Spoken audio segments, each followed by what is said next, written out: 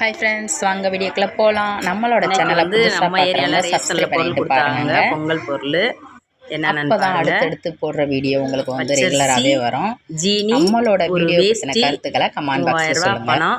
ஒரு வாங்க வீடியோக்குள்ளே போகலாம். இதான் அன்னைக்கு ரேஷனில் இந்த வீடியோ பார்த்தீங்கன்னா நேற்று சண்டே அன்னைக்கு எடுத்ததுங்க. சண்டேனா கொஞ்சம் ஈவினிங் டைமில் ரெஸ்ட் எடுக்கலாம் அப்படின்ற மாதிரி பிளான் பண்ணிட்டு நேற்று பார்த்தீங்கன்னா ஓவர் வேலைங்க.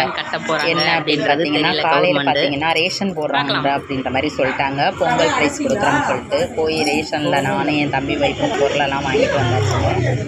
வந்ததுக்கப்புறம் பார்த்தீங்கன்னா வீட்டில் வந்து தம்பி உங்கள் வீட்டில் வீடு கட்டிட்டு ஃபஸ்ட்டு வருஷம் தம்பியோட பையன் 2வது பையனுக்கு வந்து மாலை போட்டிருந்தாங்க. அதனால் பூஜை கொடுக்கலாம் அப்படின்னு சொல்லி கொஞ்சம் அரேஞ்ச்மெண்ட்ஸ் எல்லாம் பண்ணியிருந்தாங்க பார்த்தீங்கன்னா.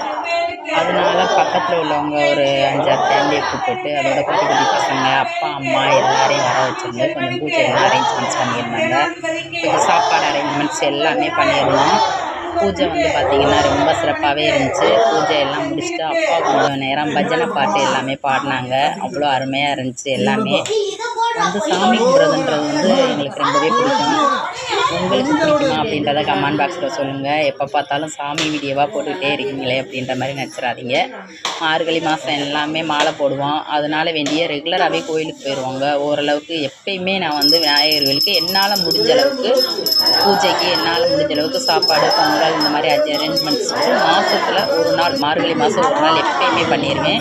இப்போ தம்பி வீடு வந்ததுக்கப்புறம் அவங்களும் ஒரு அளவுக்கு அவங்களால முடிஞ்ச அளவுக்கு சாப்பாடு அரேஞ்ச்மெண்ட்ஸ் எல்லாமே ஒரு நாள் கோவிலில் விநாயகர்கள் ஏற்றிட்டாங்க.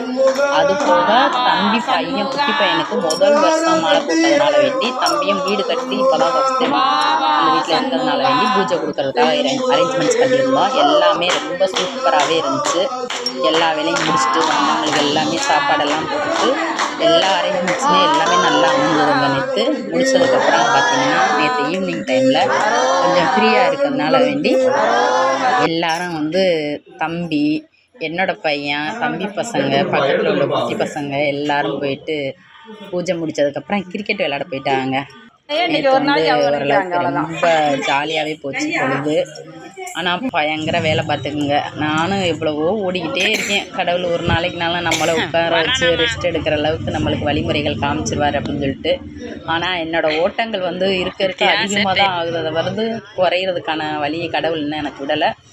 ஆனாலும் வந்து அந்த ஓடுறதுலேயும் ஒரு சந்தோஷம் நமக்கு கிடைக்குது. அப்படின்றப்ப கொஞ்சம் மனசில் உள்ள வலிகள் வந்து கொஞ்சம் குறைஞ்சிருதுங்க. அதுக்கு வந்து இன்னும் ஓடுறதுக்கான தைரியத்தை கடவுள் தான் கொடுக்கணும். இந்த மாதிரி நீங்கள் வந்து வாழ்க்கையில் என்னென்ன அனுபவம்லாம் பண்ணுறீங்க அப்படின்றத கமெண்ட் பாக்ஸில் சொல்லுங்கள். நம்மளோட சேனலை